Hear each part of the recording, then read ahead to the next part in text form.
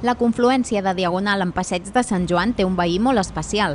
Es tracta del mussol que corona un edifici dels anys 20 i que antigament formava part d'un rètol publicitari. Aquests dies s'està duent a terme la restauració de l'estructura del mussol, instal·lat a inicis dels anys 70 i que s'ha convertit en una de les icones de la ciutat.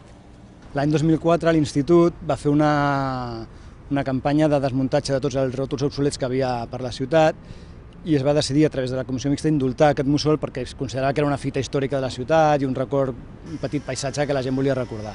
El manteniment s'ha estat fent més o menys fins ara, s'ha estat vigilant que no hi hagués problemes, però ara amb aquest conveni amb aquesta empresa s'ha aconseguit que ens ho posi al dia, actualitzi la il·luminació i que durant 10 anys estigui al corrent del seu manteniment. Les obres consisteixen en el desmuntatge de l'estructura obsoleta que sustentava les lletres del rètol, el reforç i pintura de l'estructura del mussol i la substitució dels llums antics per una nova il·luminació LED.